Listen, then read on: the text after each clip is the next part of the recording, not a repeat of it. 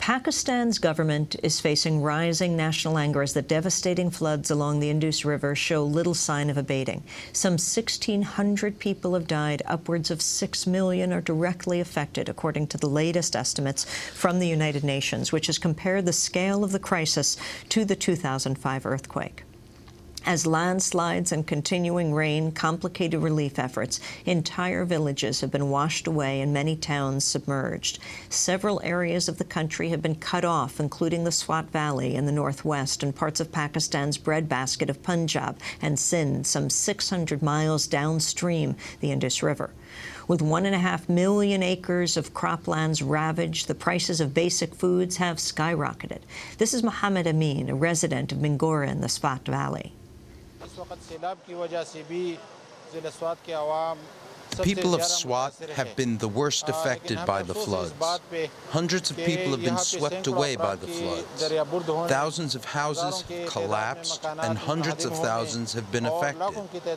The inaction of the government in this crisis is regrettable.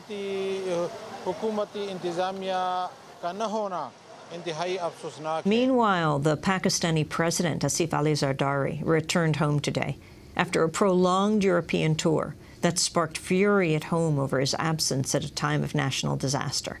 The government insists his overseas trip was crucial, but images of the president at his chateau in France while his country is battling the worst floods in nearly a century have deepened his unpopularity and strengthened the role of the army. Zardari even faced protests in Britain, with a Pakistani demonstrator in Birmingham hurling a shoe towards him Saturday. Meanwhile, in London, Fatima Bhutto Zardari, the 21-year-old son of Asif Ali Zardari and the assassinated former Prime Minister Benazir Bhutto, launched an appeal for Pakistan's floods and defended his father's absence. As we all know, Pakistan is facing the worst floods in living memory. The floodwaters have devastated the lives of a people who have already suffered the most at the hands of terrorists. I ask everyone to do what you can to help the people of Pakistan. This is not a time to play politics. We need to do whatever is necessary to help our brothers and sisters in Pakistan. Well, for more on the situation in Pakistan, we're joined now from Karachi by writer and poet Fatima Bhutto. She's the niece of Benazir Bhutto and a vocal critic of the current Pakistani president, Asif Ali Zardari. Her latest article in foreignpolicy.com calls the current crisis Zardari's Katrina. Her memoir, Songs of Blood and Sword, will be published in the United States this fall. Fatima Bhutto, welcome to Democracy Now! First, describe the situation in your country, the extent of the floods and the response of the Pakistani people. Well, it's as you said, Amy, we're now hearing that 14 million people are being affected by these floods. This season's rice crop in the Sindh province, in the food belt of this country, has been destroyed. The river Indus is bursting at its banks. We know that more than 2 million people are in desperate need of food aid. Many hundreds of thousands more have been displaced and lost their homes. And we are hearing now that Mohenjo-daro, which is the birthplace of the Indus civilization, the world's first planned city that has existed since 2400 BC, is under threat of being destroyed. The destruction in terms of the country's infrastructure has been enormous. Electricity grids have been shut in the Punjab and Sindh province. The Swat Valley, as you said, is completely closed off. And we are only in the middle of monsoon season. It is raining in Karachi today as we speak now. And talk about where the president is. We should say that Benazir Bhutto, the assassinated prime minister, was your aunt, so he is your uncle. President Zardari, where is he? Yes, by marriage, I should point out. But Zardari embarked on a European-wide tour. He stopped in Dubai, where he and his children have lived for many years. As you said, he visited his chateau in France and took photo opportunities with President Sarkozy and with David Cameron. That Zardari would leave the country at a time when it faces its worst national disaster ever is not surprising. This is also the month that has seen Pakistan's worst aviation disaster in our history. This is the month where human rights groups have estimated that some 300 people, some 300 politicians and political activists have been murdered in targeted killings in the city of Karachi alone. And Karachi was the scene of carnage just recently, where a member of parliament was killed. And anywhere between 35 to 75 people were killed in retributive acts of murder. President Zardari has a history of leaving the country when the going gets tough. Local pundit anecdotally once estimated that Richard Holbrooke has spent more time in Pakistan than the president. And he has defended his decision robustly to leave the country. He has claimed that that he has no responsibility at the moment to the people, that the Senate and the Parliament can take care of the disaster. But however, this is a man who is not only one of the most venal figures in the country, but this is a man who is facing corruption cases and the billions of dollars before he ascended to the office of the presidency. How does he justify being outside of the country at this time of crisis, the worst flooding in a century? Well, he said to the BBC that as an extraordinarily munificent Democrat, he has no responsibility because he has empowered the Senate and the Parliament to deal with the crisis. But of course, that's an incredibly hollow justification. The entire upper echelon of the Pakistani state has traveled to Europe and to Dubai at the expense of the Pakistani people. Zardari has been staying at five-star hotels everywhere he goes. He has been ferried around in private limousines. The security for him and his entourage is privately hired. So there is absolutely no justification. There's no justification for spending that money that Pakistan so desperately needs. And of course, it's ridiculous then to say that the president had to go abroad to lobby for funds for the flood victims, when in fact those flood victims could have benefited from the money that the Pakistani treasury has just spent on this enormously pointless visit. You say, Fatima Bhutto, if rumors in the Pakistani press are correct, the President Zardari's European tour is more cynical than it seems. It's a trip to kick off his son's political career. Well, this was what was being rumored not just in the Pakistani press, but also in the British press and the Daily Telegraph and the Times of London. And what we know is that this is a government that finds itself in power on the basis of a name. It finds itself in power on the basis of a name, in fact, that is not even theirs. This is a false dynasty. Though all dynasties are dangerous and false, certainly. But Asif Zardari remains in power on the blood of his wife. And we know certainly that he's taken his children abroad to meet with heads of states before, that they are part of his entourage, that his family members, his sister namely, are part of the 100-deep entourage that travels with the president. There is absolutely no justification, however, for a trip of this expense and of this amount of time, especially as Pakistan is submerged. As experts grapple with the causes for the scale of the current devastation, some point to the poor construction of small dams or barrages along the surging Indus River.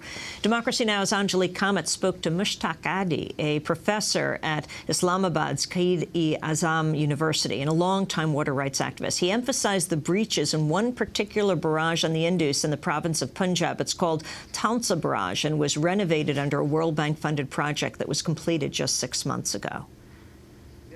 No doubt that the size of the flood was very massive, but the destruction that was brought, it was brought due to the breaches in the dikes and breaches in embankments, and certainly there were many man-made causes involved in worsening the situation. The main cause of the flood, worsening of the flood, was Taunsa Barrage. It was in the downstream of Taunsa Barrage, and the reason was that the Taunsa Barrage is the most tilted up river, and its capacity, storage capacity, has been reduced. So it is not possible to hold up the water, and embankments are in very bad shape. When the World Bank started its rehabilitation project of Taunsa Barrage 3 years ago, it was meant to basically to rehabilitate and repair the whole barrage, and $140 million were allocated. We asked them to pay attention to ecological issues, and especially the issue of the silt deposition, sedimentation of the barrage, and how the whole ecology of the barrage is going to change because its channel has been raised up, and now all the low-lying areas are more in the danger of flood. So all that have been ignored. So after the rehabilitation project, after 6 months, the barrage failed to hold up the water, and it was breached. So it was, in fact, it was this failure of Taunsa Barrage that caused such large destruction. It was the failure of the one structure of Taunsa Barrage, that was embankment. So it is not only these are not only natural floods, but also the structures that were created by engineers and badly looked after by irrigation department that have caused such destruction and worsened the situation. Mushtaq Adi from Quaid-e-Azam University in Pakistan, talking about the breaches to one of the small dams or barrages on the Indus River. One of the many areas badly affected by the floods is Baluchistan. On Sunday, Democracy Now!'s Anjali Kamat reached Qalandar Mehman with the Labour Party of Pakistan about relief efforts in this historically ignored region. The Balochistan is historically neglected by the state. It hasn't supported the education network. Balochis are far more unemployed. They're underrepresented in all state institutions in terms of military bureaucracy. And as you probably already know, there is an insurgency going on for separation and for other demands, autonomy.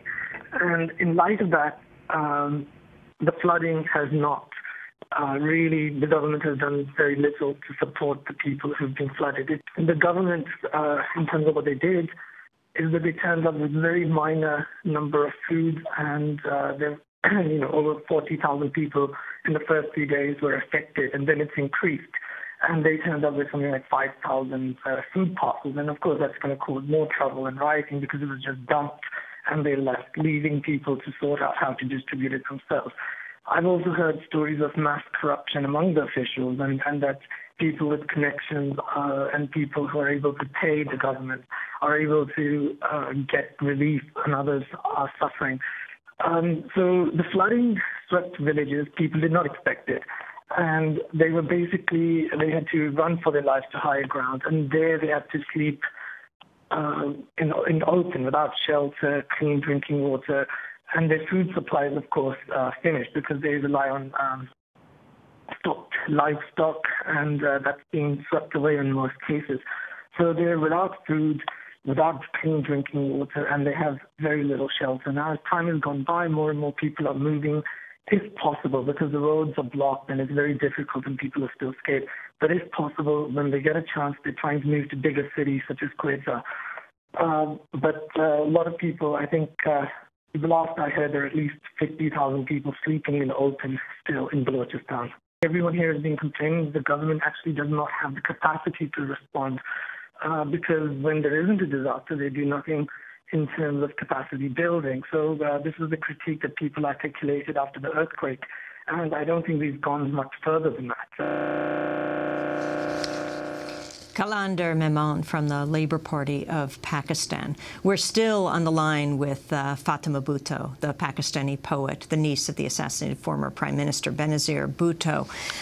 Fatima, I wanted to ask you about the growing strength of the Taliban. And, well, the Washington Post is reporting the U.S. military has sent 6 helicopters, 91 troops, hundreds of thousands of meals from neighboring Afghanistan to help with relief efforts in Swat. The presence of U.S. troops on the ground in Pakistan has the potential to kick up controversy given the deep mistrust of American motivation. And it goes on to say Islamic charities, including one